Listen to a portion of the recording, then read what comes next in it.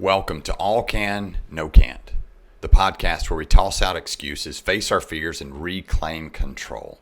I'm Jeff Luther, your guide to mastering the chaos and turning obstacles into opportunities.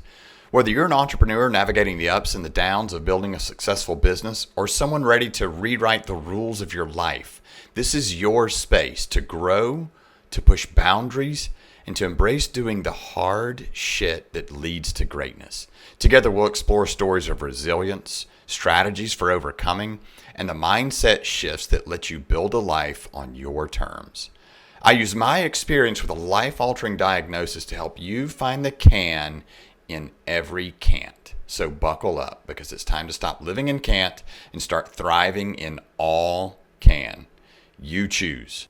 All right, we're back with another great episode. This is the All Can, No Can't podcast. I'm Jeff Luther, your host, and this is a solo podcast, this episode. I've done this exact podcast on several other shows. I have never talked about this story on my own show. And it's my story. It's about me. It's something that's obviously it's personal. It's something that's hard for me to talk about. It's easy on other platforms, but not so easy when I'm doing it on my own. So I'll just dive right in. I'm a reformed ultra runner, a CrossFitter. I am a fit dude. I've always been a competitive athlete. I started competitive cycling when I was 13. Moving my body has always been really important to me. On June the 5th of 2021, I was running an ultra. An ultra marathon is anything that's over 26.2 miles. I was running an ultra. It was my first overnight race. It was in the Francis Marion National Forest, desolate area. And I showed up to that race to win. That was the only reason I was there. It was, well, obviously to run the race, but I wanted to win. I ended up finishing second. There were, I think, 18 folks that started. I think there were 6 that finished, and I finished second place. There was a guy there that truly just ran me right off of his heels. It was pretty impressive. So that was June 5th, 2021. On June the 12th, 2021, I was in a CrossFit workout. I was doing a CrossFit workout in a CrossFit gym with my son, my oldest son. At the time, he was 16. It was a partnered workout. So any of you that are familiar with CrossFit, you know the partnered workout. You work really close together. You're counting the other's reps.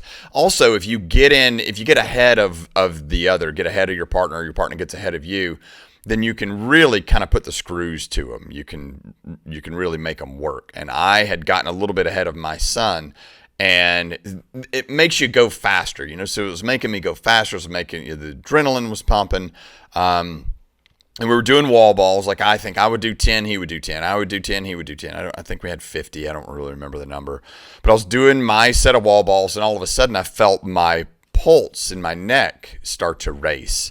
And got a little lightheaded, and I was like, wow, it's pretty fast. This is kind of unusual. So I stopped. I took a rest for a second. I was like, all right, well, this will go away. It'd go away in 15, 20 seconds. And it never went away. And I just kept feeling my pulse in my neck, and it was insane fast. And then I kept getting lightheaded, so I was like, man, I need to take a knee. So I knelt down, and I'm still holding this wall ball, and a few seconds later, I kept getting even more and more lightheaded, and I was like, man, I better take 2 knees. So I went to 2 knees, and then I was sitting on my heels, and there was a guy in the rack beside me that was doing his own workout. He was lifting with a barbell that day, doing squats. And I guess he could tell something was up, so he put his hand on my shoulder and said, hey, man, are you okay? And I'm one of those people that, like, when I'm vulnerable, I don't want anybody to mess with me, try to be a tough guy, or however you want to call it. And all I could think was, dude, get your hand off of me. Like, I'm scared. I'm vulnerable. I don't know what's happening. Just get your hand off of me. And then and I kept getting worse, in this such a short period of time. But in an instant, I was like, oh, my gosh, please don't take your hand off of me. I'm scared. I'm vulnerable. I don't know what's happening. And then I was like, I've got to lay down. So I was just going out, and I start laying down. I kind of roll over I remember this perfectly. I roll over the front of the wall ball. And as I'm laying down on my left side, and I see my son's white Metcons walking over towards me. And all I remember thinking was, man, I've got to get up. I've got to get up. And it's not like in movies, where people are like, oh, I got to get up. I couldn't get up. Everything, I knew what was happening. I knew that I was fainting, what I thought was fainting. And I had no hydraulic fluid. There was just nothing to move. I was out. So it was like somebody walked up and turned the lights out, and I was out. And then I woke up, and I'll fill in the details, but I woke up with this horrible taste in my mouth. Like everybody was around me. I was soaking wet, and the coach was standing over me, and with that horrible taste, it was like a really bad hangover. And I was like, dude, I'm so sorry. I couldn't piece the night together when I came to. I knew the morning. I could piece the morning together. I knew where I parked my car, everything. So I couldn't piece the night together, and I thought I must have gotten drunk. And I don't drink. I don't drink much. So to get drunk would be really unusual behavior for me. So I was like, man, I guess I got drunk last night, and I showed up to this workout, and I fainted. And he just looked at me with, a pretty scary look. He said, no, I don't think that's it. So about the time the EMTs are coming in, trying to, get me squared away, they weren't very kind, by the way, I'll add. It was one of the more degrading things of all of this was the way that they talked to me. Like I didn't have enough sense to come out of the rain. I think it was just, another idiot that's in this gym on a super hot Saturday that doesn't know his limitations. So I'll kind of fast forward. I was taken to the hospital then, and I didn't want to go. I was like, I'm fine. Are we going to finish this workout? Like, what's up? And and I remember everybody was just looking at me like I was nuts, but nothing happened to me. I didn't remember anything. When in reality, when I was out, this is kind of the story. This is what happened. I was out for about 3 or 4 minutes. They were trying to get me to come to. They put ice on me. It was super hot. I mean, it's June the 12th in Charleston, South Carolina. Super hot in the gym. I was over in a corner with no airflow. They're putting ice on me, thinking that I fainted, and then I just continued to get worse. No pulse, no breath, and finally somebody had the wherewithal. They went and got a defibrillator. They had an AED there, so note to everyone here, there was an AED at the gym, and they put the defibrillator on me and shocked me. And the first shock, it didn't work. It gave an audible flatline. So remember, my 16-year-old son is standing right over me when this happened. So it was an audible flatline, and the AED is pretty intuitive, so it tells you just to keep giving chest compressions, and then it re-spools, rethinks, researches for rhythm, and it found no rhythm, so it just gave that audible flatline. And I guess it did that one more time, and then the third time, I think, is when I finally came to. So then, EMTs came in. I go to the hospital. I'm in the hospital. This is on a Saturday. I'm there. They're immediately asking me about what drugs I use, how much pre-workout I take. You're a super fit guy. Why is this happening? They've got me hooked up to machines, and they're saying, yeah, you're probably dehydrated from that ultra that you just ran. And that ultra was the hardest one I've ever ran, by the way. It was only, and I'm going to say only, I know I sound like a jerk to folks that don't run or don't enjoy it, but it was a 50K, so it ended up being 33.8 miles. It was a mile longer than it was supposed to be. It was a whole nother issue. But I ran it pretty hard, and it was the hardest run I have ever done. It was crazy hard. But they said, maybe you're dehydrated from that race. Your right ventricle's a little bit enlarged, but not a big deal. So we kind of go through all the things that it could be. Stay here, we'll monitor you. And I didn't know what was happening. I was like, I'm fine. I'm scared. I was scared, but I was like, I think I'm fine. So I'll spare all the details. But Wednesday morning, the doctors came in and said, we have great news. We have a diagnosis. And I was diagnosed with ARVC, arrhythmogenic right ventricular cardiomyopathy. They diagnosed me that morning. ARVC is where a gene mutates and it causes damage to your heart. Essentially, every time you exercise, the muscle fiber in the heart, the wall of the heart, they tear and they get infiltrated with fat and scar tissue. So it creates a bad electrical signal in essence. So that was my issue. It's not a plumbing issue. I'm healthy as can be, but I have an electrical issue. So they said, we're going to come back this afternoon and install this subcutaneous ICD, or we'll give you this pacemaker. You choose whichever one you want, and it's fine. Like, I had this huge decision to make. I had no idea what they were talking about. And they said, oh, by the way, you'll never be able to exercise like you're accustomed to. Exercise damages your heart. So in that instance, my identity was taken, my hobbies were taken, my connection to my kids was taken, my connections to my friends was taken, my ability to process was taken, I was separated at the time also. Consequently, my wife filed for divorce in August of 2021, so it was like 2 months later, which was, hey man, if you're gonna do it right. So everything was taken from me in that moment. The dying part was easy. It had no effect on me. The dying part was easy. I don't remember any of it. It wasn't a thing. I didn't have the trauma. I didn't have to watch it. So I had the surgery and had to wait 30 days before I could pick anything up, all that kind of stuff. So I did what any smart male athlete would do. I went back to the gym. And I went back with my son, went back to a class, and I went back with like this whole fuck you attitude. Like, I don't believe I have this, and if I do, I'll beat it. I'm the person that beats it, not these normal people. I'm just going to go to the gym, and it'll be fine. And my son wanted to see me in the gym too. I'll get to that. He was having some trouble processing. I didn't know this at the time, but we were doing a barbell complex, the bear complex, if anybody knows of it. And about halfway through, the same thing happened. I felt my pulse in my neck, that erratic pulse. I got lightheaded, and I started to faint. And I leaned. I was at the front counter of the gym, which these CrossFit gyms are usually wide open with one little counter where they do their computer work and control the sound, all that kind of stuff. And I leaned on that counter. I think it lasted 33 seconds, and I only know that because I have this thing in my body that downloads my heart performance. But I had that same taste in my mouth, and that taste comes from when all the blood drains out of your head, when it pumps back, when your heart finally comes online and pumps back, then you have that iron bloody taste in your mouth. And that's what I call the taste of death. So now I tell folks I know what death tastes like. I wish that I didn't.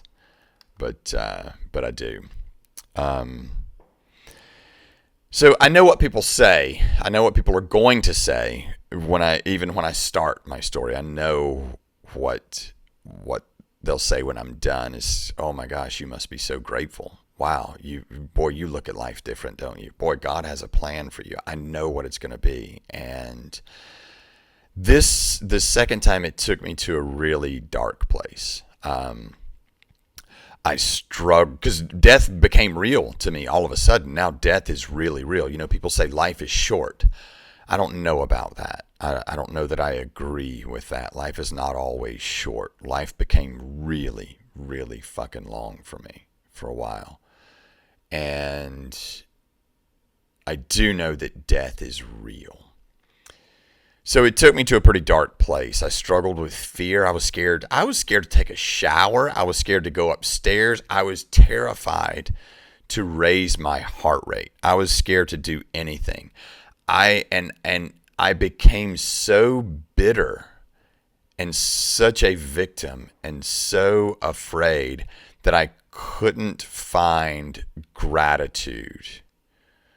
And that led to depression. I thought, I must be a real piece of shit to have this happen to me and survive it.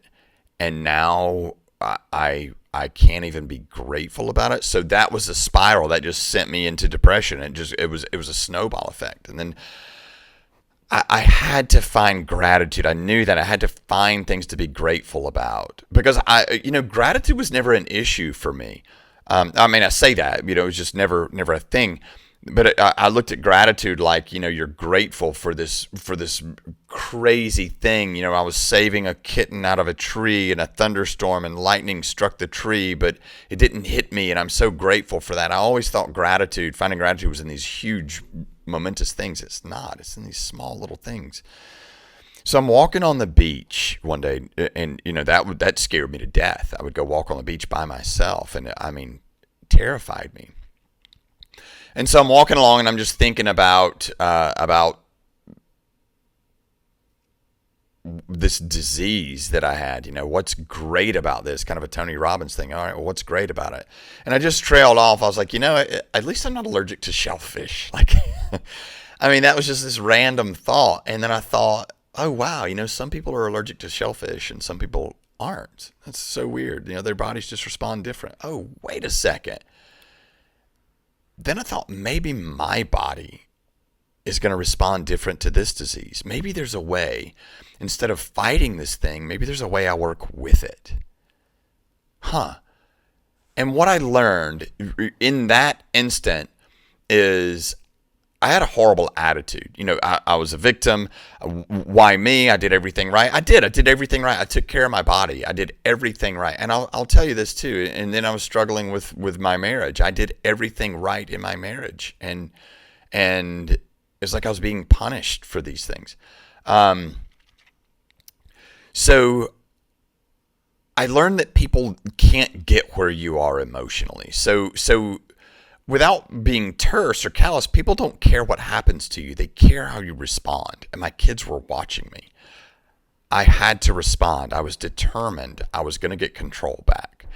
And this was the thought that I had. I was like, okay, well, people respond differently to this disease. Maybe I'll respond differently. What can I do? Because everything was can't. I can't. They told me that if I wanted to exercise, it would be limited to yoga and golf. No shit. Like I couldn't play basketball in the driveway with my kids. They said, no, it's competitive and it's active and you can't do it.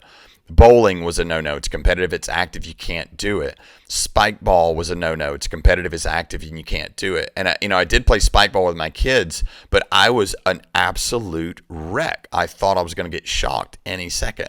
So I did some research. What are some things that I can do with this ARVC? And there's no hard and fast answer. The research is still really young. And I thought, okay, well, I can lift a little bit. So I can't, didn't get my heart rate up was not good. Adrenaline's not good. The catecholamines, I think, all those endorphins, all the good things you get from exercise, those chemicals are not good for my heart. So I found a coach and, I didn't find a coach.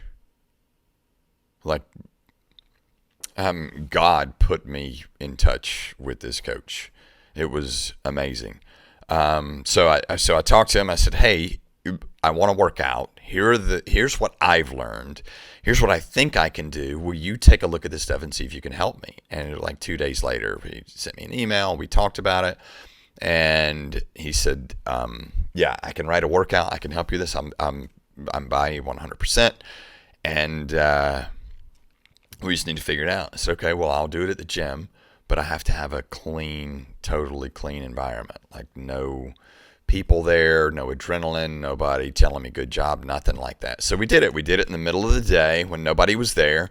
I showed up, I was scared to death. He told me to go get on a assault bike. And for those of you that know the assault bike, it gets your heart rate up pretty quick. So my heart rate was up on the assault bike. I say up, 130, 135, nothing big. But that terrified me. I was scared, but I kept going. Started the workout, and I started with kettlebell swings. It was a 50-pound kettlebell, and we were doing American swings, and I think I had 15 swings to do. So I think I did 10, and I put the kettlebell down. I didn't finish, and I'm crying, I'm bawling, crying at this point. I said, I can't do this. This scares me to death. I can't do it. And he said, what is it? Does it hurt? Is there a problem? I said, no, I'm terrified. I can't do this. I'm not supposed to exercise. And he said, we talked about this. Try it. And I said, I can't do it. I quit. And at this point, I'm bawling, like snot coming down my nose. Like I am bawling, crying. I'm terrified. And he said, okay, all right, quit. But let's do this. Let's end on a good note. Give me 30 seconds. Let's just do 30 seconds of work. And I was like, no, you don't get it. I quit. And in that moment, I became a quitter. I was done. And I was resigned to the fact that I just quit. He said, look, I've got 4 hours here. I don't have anything. I'm going to be here. I just need you to give me 30 seconds and we'll end on a good note. And so I did. And it was like, all right, yeah, I'll give it to you. And I hope something bad happens to prove you wrong. The coach's name is Phil Galaska. And that was like one of the most amazing things anyone ever did for me. So I did 30 seconds of work. I did it. I did 30 seconds and I stopped. And he was like, that's amazing. Look at what you just did. That's absolutely amazing. We ended on a good note. And I sat there for a second. And I said, I could probably do 30 more seconds. He's like, yeah, dude. Yeah, absolutely. If you want to do 30 more seconds, do 30 more seconds. So I did 30 more seconds of work and I stopped. He said, you can be done or you can do it again. Do you want to rest and do it again? I said, yeah, I'll do 30 more. He said, okay, let's do this. Let's just go 30 seconds on and 30 seconds off. Just listen to your body, however you feel. 30 seconds on, 30 seconds off. And in that moment, I did 30 seconds on and I did 30 seconds off. And just as quickly as I became a quitter, I found a way to take back that control. I took my life back. And I realized that control begins with owning your choices. I had a choice. I just had to own my choice. Yeah, I'm not going to burn it down like I did before, ever. But I could choose to do that 30 seconds of work. And 30 seconds of work for everyone is going to be different. Am I going to do 30 seconds of hard work and 30 seconds of rest? Yeah, most likely. Do you have to do 30 seconds of hard work? No, just move for 30 seconds. And I realized that I was hopeless. I was hopeless. And hopelessness comes from when we see no path forward. And that's what I learned about suicide is it's, prominently male suicide is from seeing no path forward. You find you don't have hope. You don't have a way to solve a problem. So taking these small actionable steps, these tiny little steps, 30 seconds of kettlebells, 30 seconds truly of a banded good morning. Progress is built 30 seconds at a time. It's Earl Nightingale that said, success is the progressive realization of a worthy goal. So it just means success is just working on a goal. So the lessons learned, one, you can take control of your life. You can do it 30 seconds at a time. It doesn't have to be these huge things. Hopelessness is not permanent. It's not permanent. You can easily overcome it. And choices are always within your power. You start small, you build momentum, and you bridge that gap. If you want to improve your business, if you want to improve your financial wherewithal, or your if you want to learn more about your books, you spend 30 seconds. Take 30 seconds and read your P&L statement. Take 30 seconds and read your balance sheet. You want to lose weight? Just spend 30 seconds and write a menu for the week. If you want to start that podcast, draft your first outline. Just start. Just 30 seconds. Do 30 seconds on, 30 seconds off. 30 seconds is all it takes to start building success. It's 30 seconds on and 30 seconds on. 30 seconds on and 30 seconds off.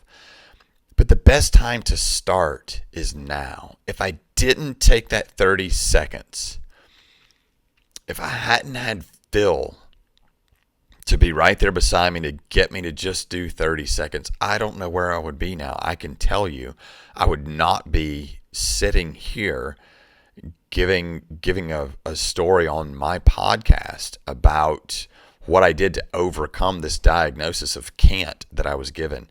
You know, they say if you want to enjoy the shade of an oak tree, the best time to plant it is 25 years ago. And if you didn't do that, then the second best time is now. So the best time to start is right now. You want to lose weight? Write out a diet, 30 seconds at a time. You want to get in better shape? Do push-ups for 30 seconds. Just do 30 seconds. So here's my challenge. Identify one thing that you want to change. Spend 30 seconds taking the first step, and then see if you got a little bit more in you. And if you do, spend another 30. Keep moving. And if you don't have another 30 seconds, it's okay to rest, but it's not okay to quit. Keep going. 30 seconds at a time. That's it. All right. This was super difficult for me to get through, but I did get through it. If there's any of you out there struggling with medical issues, health issues, any obstacle that you can't seem to get past on your own, DM me. I'm happy to discuss any of this stuff. Anything about my disease, my diagnosis, what I do now for fitness. I am a fit dude. I ran a 10K today. I was going to go out and run just for an hour. Like, I'm not supposed to do anything over an hour. I'm probably pushing it right now. But I wanted to go out and run for an hour, and I happened to run for like an hour and 2 minutes. And I ran for an hour exactly. And I did 6.2 miles. Something like that. Anyway, I ran a 10K today. I did it in an hour, but ran a 10K. So I'm slowly progressing back, but there's tons of things I could talk about out of this story. I don't know that I'll ever be as fit as I was. I don't know that I need to be. I don't know where I'll end up, but I do know that I have gotten control back in my life. I did it 30 seconds at a time. Anybody that's struggling out there, let me know. I can help. I'm Jeff Luther. This is the All Can, No Can't podcast. Find the can. We bury the can't. And I cannot wait to see you next time. Thanks for listening to All Can, No Can't. If today's episode resonated with you, remember, it's not about the chaos you face. It's about how you choose to take back control. It's about finding that one small can in the can't you're given and grinding it down. Find your angle, carve your place out in the world, and get the fucking win. Do that by finding what you can do and not listening to what you can't. You choose. Be sure to subscribe, share, and leave a review. Your support helps me reach more people that are ready to embrace the all-can mindset. And it lets them know there's someone that's willing to walk with them no matter how dark the path gets. You can find me on Insta at JDLuther 2.0 and allcan_no-can't. This is where I share more tips, stories, inspiration to help fuel your journey. And until next time, keep pushing boundaries, breaking limits, proving to yourself that anything is possible, even when you're told it isn't. Remember, life's not about can't. It's all can. Go prove them wrong.